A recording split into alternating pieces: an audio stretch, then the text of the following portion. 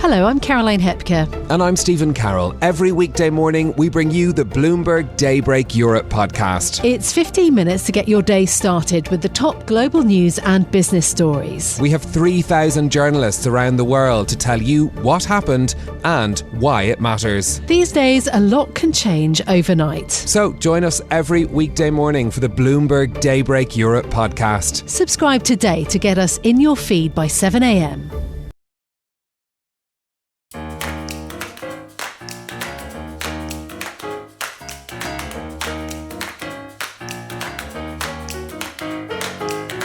Hello, good morning and welcome. Donald Trump has been meeting his national security team and weighing up whether to join Israel's strikes on Iran. What will happen next and how will it affect Europe and Britain? It's Wednesday, June the 18th, and my name is Anne McElvoy of Politico. My name is Sam Coates of Sky News. Welcome to Politics at Sam and Anne's, the podcast that gives you everything you need for the day ahead in British politics in 20 minutes. The coming hours are incredibly hard to read, even if you're a world leader. One curiosity, Anne, yesterday at 3:30 p.m, after spending the previous evening with Donald Trump, Keir Starmer was saying to our Beth Rigby about Donald Trump's decision to rush back to the Situation Room, "I don't think you should read into that an American attack is imminent." Now, at exactly the same time, and I know this because people doing the interviews could see him, the new German Chancellor was also giving interviews to broadcasters. He'd also spent the previous evening with Donald Trump, but he was saying the complete opposite. He was saying that the US was participating in or weighing participating in strikes against Iran. And I quote, "The decisions will probably be made in the near future."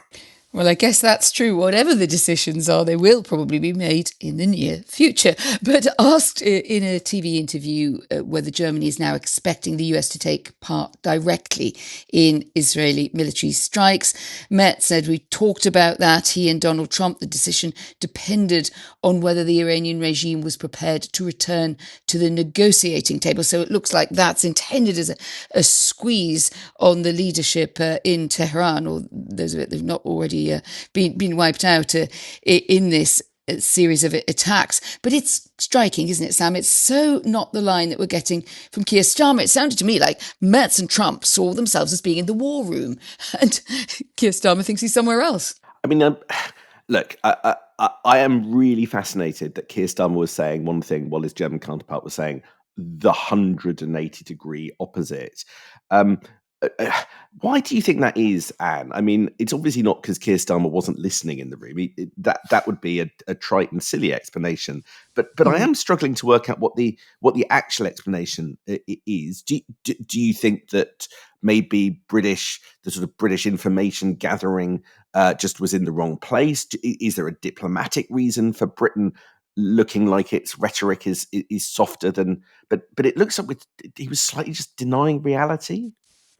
That's a great question because, as you say, you look at that space, it's a very small room relative for these things. So it's not like people were hearing different things. But I think the answer is probably in your word diplomatic. I think each government was sort of hearing what it wanted to hear and amplifying it. Now, for Merz, who has been much more forthright in support of Israel's attacks on Iran than any other European leader, he's not ruling out US involvement at all, even though his own foreign secretary and foreign minister in the German system was saying that he didn't think there would be attacks involving America. So there's a lot of strain inside the German coalition already on that. And Merz went further and said the Mullah regime is a threat to us all.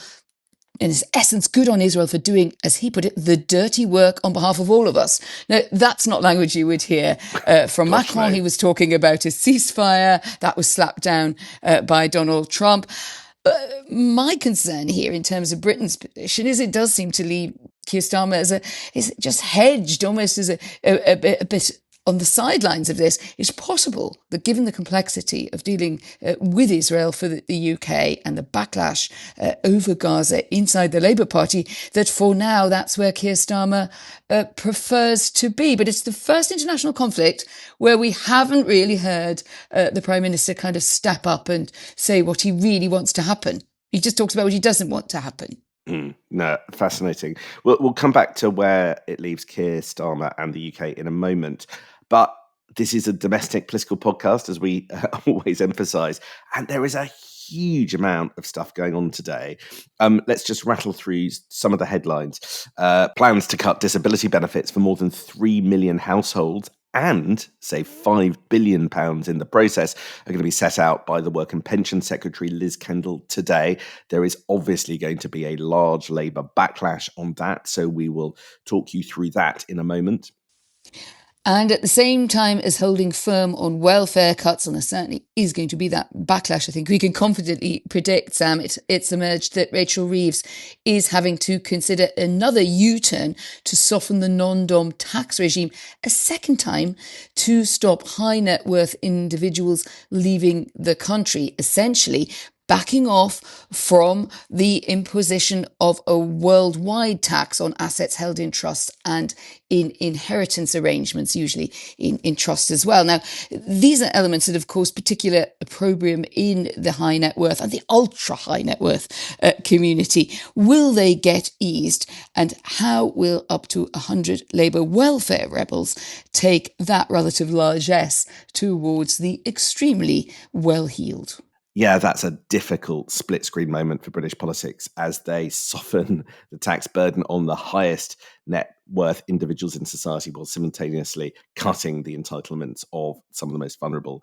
That politics is not going to be enjoyed on the Labour benches. Another thing that they're not going to enjoy, a further announcement on cost increases and delays to the high-speed 2 rail system.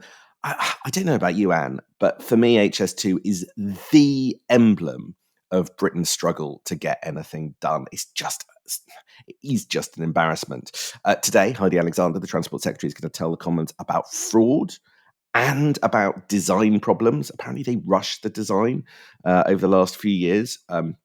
Those are just two of the things that have been pushing up costs. This price tag was going to be 54 to 66 billion back in 2019.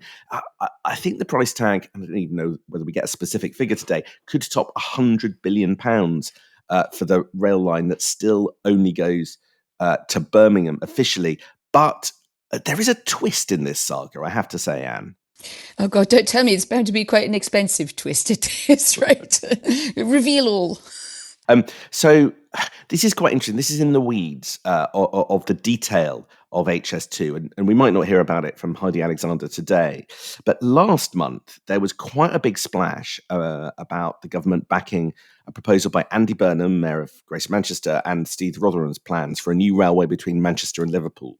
Now, some experts in this, one former civil servants, looked very closely at the leg of that railway going into Manchester. And as pointed out, it looks very familiar because it's on the route of the supposedly cancelled northern leg of HS2, or certainly one of the most tricky bits of the HS2 line, which will now be built, but just called something else and part of a different project. So I just wonder, Anne, whether we're going to end up in a situation where all the components of the northern bit of HS2 are built, but just under different branding in a different way. And in the end, you just run slower trains north of Birmingham, but you can get a train that's high speed from London to Birmingham that keeps going to Manchester, but that northern bit is slower. That's not what the government will say today, but they are keeping the thing that we thought Rishi Sunak killed alive. And that is the obvious outcome for everybody, because a high-speed rail that only goes barely a third of the country just sort of doesn't make sense, particularly if it costs over £100 billion. I think the way you're describing it, I'm thinking about Schrödinger's railway line. It doesn't die, but it never seems to quite be alive either. And of course, as far as voters are concerned, it's just become just such a word, whatever you call HS2, a description that just now just seems to mean trouble and delay. So you can see why the government's trying to just get something out of it that works for the maximum number of people, and then write off all the losses underway. Keir Starmer also admitting that the situation in the Channel with migrant boats is getting worse. And there are reports that the French authorities are handing out life jackets to people in small boats. Again, that raises the question of the inability or apparent inability to do a better deal to prevent people getting into those boats on the French side and what's going on there. There's a flurry of government activity around this. Shabana Mahmood will deliver a speech in Strasbourg at the Council of Europe's Ministers calling for reform of the European Convention on Human Rights tomorrow. So it's the first big step in this direction, I think we're seeing by the Justice Secretary there. She wants to make it easier to deport foreign nationals who commit a crime in the UK. And if she wants a playbook for that, Germany has been doing exactly the same thing. That's really what the new government came in saying it would do. But that does lead to further legal entanglements, as we can well imagine. Also on small boats, Keir Starmer over at the G7, it turns out, is looking at stripping countries who don't sign returns agreements of visas. There are also reports that Britain is to strike yet another deal with the French that would mean that the French authorities can go further into the channel to deter and turn around small boats. And that'll all be unveiled at the state visit with President Macron, which is coming shortly. But look, everything is overshadowed by the global conflict and what's going on in the Middle East, with domestic implications all over the place. Last night, President Trump warned the Iranian supreme leader that he was an easy target who would not be killed, at least for now. And what's your analysis of where we are this morning? I'm actually going to lean on my esteemed colleague Jamie Detmer, who's got a great opinion piece up for Politico. He's an expert, a very long-standing expert, particularly on Israeli politics and on the Middle East. And he's pointing out that the relationship between Netanyahu, the Israeli leader, very tough leader who understands how to play multiple partners and multiple scenarios, on Jamie's thesis, is really maneuvering Donald Trump towards doing what Israel wants to do, which is to get America's support for the US to join in not just the kind of limited action and with warm words that we're seeing now, but to be alongside in potentially a war of attrition on Iran, because we have not yet fully seen, I think, the Iranian response. At the moment, is more of it's been going Israel's way. So he says, how long before Trump is tempted by Netanyahu arguing behind the scenes that only the US's bunker-busting bombs can impact Iran's underground facilities? Why not seize the opportunity?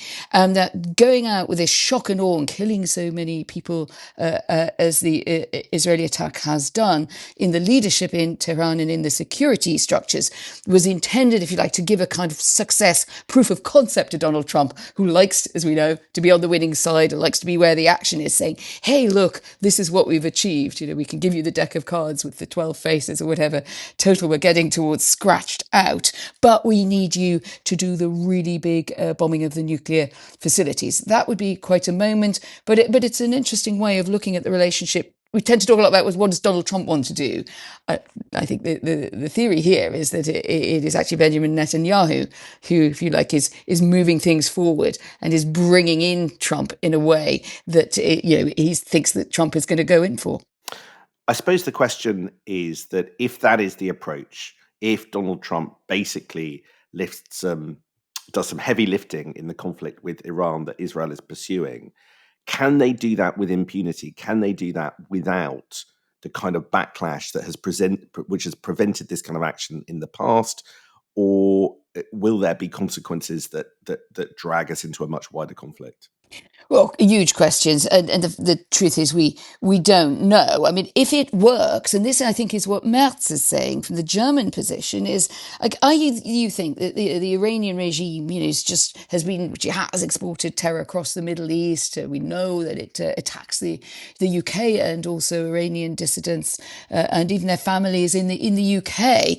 This is not a problem that's going to go away by itself. So if I think what they're trying to do is enable Iranian society to rise up and get rid of this Islamist and mullah theocracy. The problem with it is that people listening will be saying, "Hey, I think I remember an argument like that, and it went about Iraq, and it went about Saddam Hussein. Let's create these conditions. We'll do a limited military involvement by the Western powers, and then the society will sort itself out, and things will be better." And that didn't work out. Now, Iran is not Iraq, and I think there is certainly internally huge dislike and opposition to the regime. But so was there in Iraq. So the gap between saying you can do the military stuff and then what happens afterwards is a very wide one. I think I'm less thinking that it will spread. I think Iran might well attack US targets. I think other of the big countries that matter in the region, Saudi, Qatar, etc., will be keener to sit on the sidelines and protect their own assets.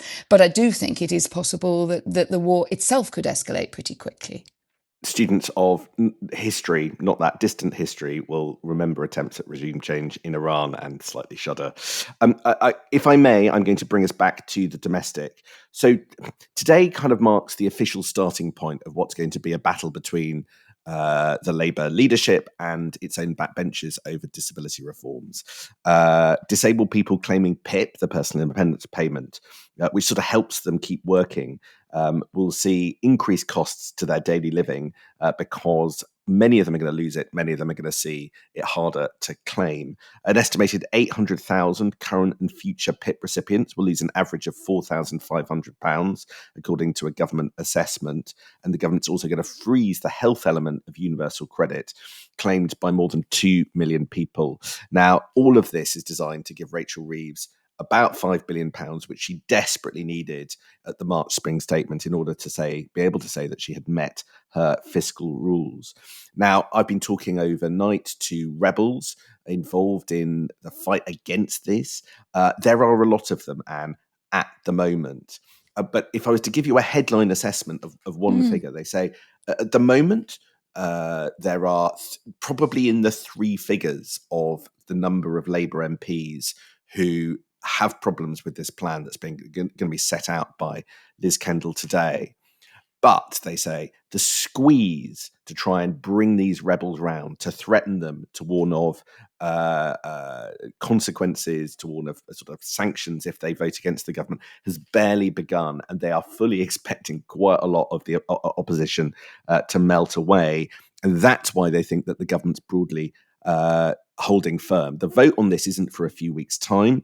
Today, we're just going to get the sort of detail and the meat of what the government is proposing.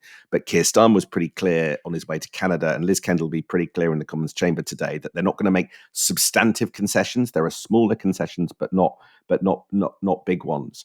One detail for you, Anne, that I find utterly fascinating. There is a letter that was organised to show the strength of opposition to this. Now, it garnered over 100 names. It has not gone fully in the public domain, details of this letter.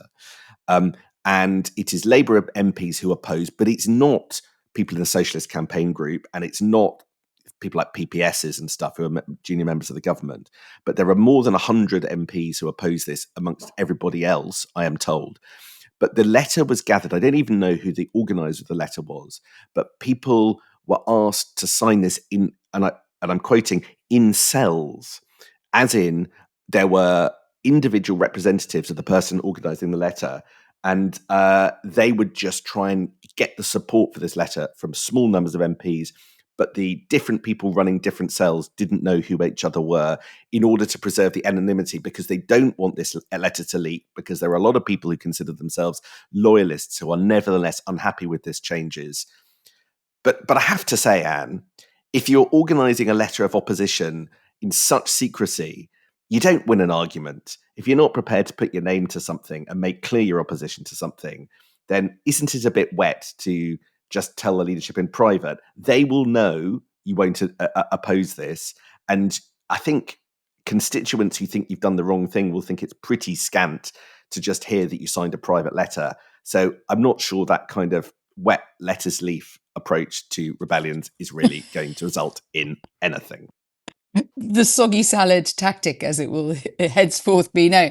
I think it's What a fascinating story. And what it reminds me of is the way intelligence operations work, is all these different cells who don't know each other, but they can garner their contacts and supporters. So that effectively it seems to be they're running a sort of intelligence operation against one of the government's flagship policies inside the Labour Party. Now, that's just the weirdness of politics, the way it is these days. But what I think you remind me of as well, we talked about it in the context this week of the other big domestic story on the Louise Casey report on the grooming gangs and rape gangs, is that you've got a lot of people now going out there for Labour saying, well, I always wanted this to happen, and I've been very concerned about this for years, who are either, and I don't mean to doubt in many cases their bona fides and their moral commitment to this, but in the end, they kind of took whatever the line was of the Labour leadership at the time, and now they want credit for having said something else. And I think this is a danger to people in the position exactly that you describe, unless you're the campaign group and you're the left, or you're prepared to just go out and just speak in front of the cameras. You come in that position where what are you going to say to your constituents? And you're going to say, I'm going to vote for it, but I don't agree with it. I do wonder a bit, you have to be tough, but how is Liz Kendall? How does she see her role in managing this? You sometimes feel with her, she's got the big ideas, she's got the toughness to drive it through. You do feel there's still a bit more work on persuasion to be done there as to the why this is necessary. And I think that's still, somehow they started on that track and got distracted and then said, well, you've just got to suck it up, we're doing it anyway. Labour MPs do question whether Liz Kendall is the driving force behind this. If you remember, a lot of the disability changes were brought forward so that they could score the savings at the time of the March spring statement, because Rachel Reeves needed to hit her fiscal targets. And now Liz Kendall is the face of something that she probably would have done quite differently. So there is a bit of sympathy, a bit more sympathy towards Liz than you might expect. But the one thing causing difficulty actually is data scientists, because there's quite a lot of work has been going on mapping how many people are going to lose out in each constituency. And it's Labour constituencies, particularly in the northeast and the northwest, that lose out. And, these are new MPs who won their seats, who now face potentially thousands of people in their constituency losing hundreds, if not thousands of pounds. And that is what's worrying them. What's worrying me is that the alarm has gone off and we were pretending to ignore it. We are over our 20 minutes. And so shall we wrap it up there?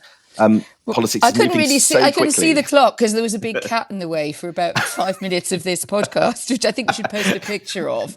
If you want to start your day looking at a cat's behind, then sit where I'm sitting.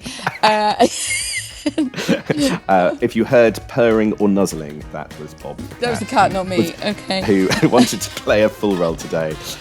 We will be back tomorrow for the final politics at Sam and Anne of the week. I will see you then. See you in the morning.